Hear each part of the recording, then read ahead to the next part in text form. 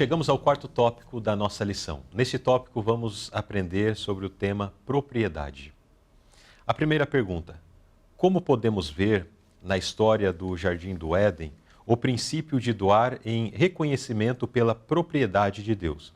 Vamos reformular um pouquinho diferente essa pergunta, mas com o mesmo teor, né? Como vemos o princípio de doar como um reconhecimento da propriedade de Deus na história do Jardim do Éden?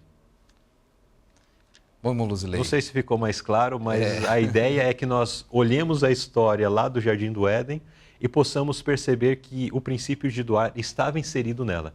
Exatamente. Mas como esse princípio de doar se manifestava lá no Jardim do Éden? Bom, Luzilei, Deus, ele deixou todas as árvores e frutos à disposição do casal, né? Então, todas as árvores, todos os frutos, né? O Senhor criou tudo, né?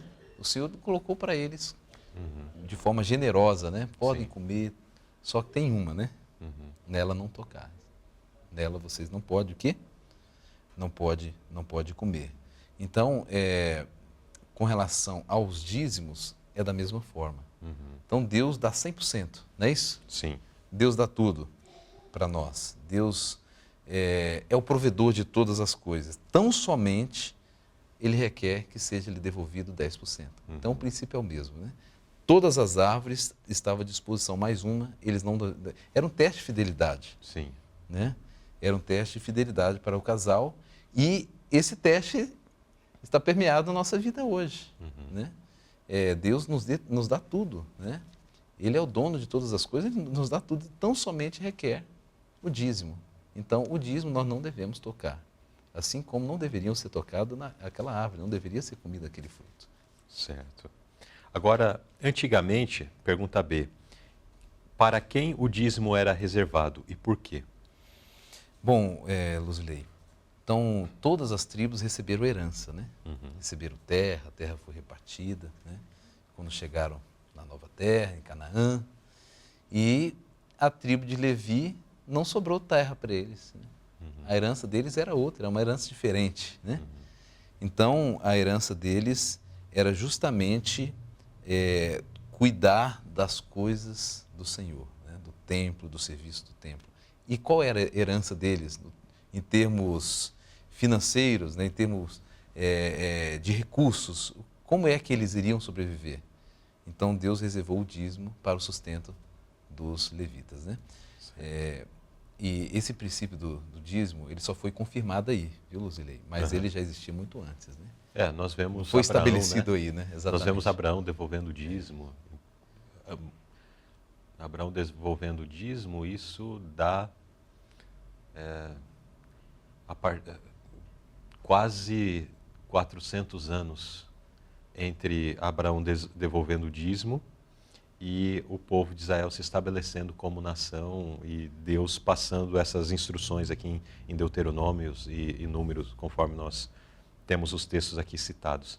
Então era um princípio bastante antigo, né? Já era antigo. Aí muitos pensam que Eli foi estabelecido. Não. O primeiro a devolver dízimo foi Abraão, igual. Devolveu o Melquisedeque. Esse princípio já existia, né? É interessante, irmão Wagner, que a nota ainda ressalta o aspecto de que o dízimo, da mesma forma como era empregado no passado para o sustento ali do sacerdócio ou do ministério na causa de Deus, né? Na casa e na causa de Deus, nós temos para os nossos dias. Ainda é esta mesma finalidade, né? Para o sustento da obra. E a nota nos chama a atenção para um ponto interessante, que muitas pessoas falam, tá, tudo bem, eu devolvo os meus dízimos sim, mas eu quero direcionar para uma causa social, quero direcionar o dízimo para a construção de uma igreja ou para alguma outra movimentação que até é uma causa nobre, né? Mas nós somos chamados a atenção para o fato de que mesmo isso está errado. O dízimo tem um endereço certo, tem uma finalidade claramente estabelecida na palavra de Deus. E qualquer atitude, qualquer emprego do recurso, do dízimo, que seja diferente deste, que está estabelecido pela palavra de Deus, nós incorremos lá na maldição apresentada em Malaquias. Talvez não estamos retendo, deixando de dar, mas nós não estamos dando para o propósito estabelecido. Nós estamos levando a casa do tesouro. Né? O endereço é a casa do tesouro. Estamos aplicando de uma forma equivocada.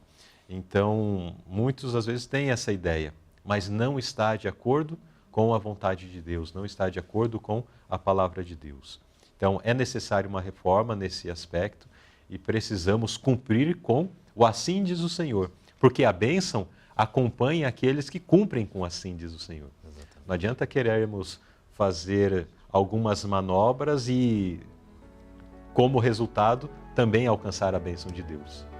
Apenas quando somos fiéis é que podemos contar com a fidelidade de Deus em também derramar as suas bênçãos sobre nós.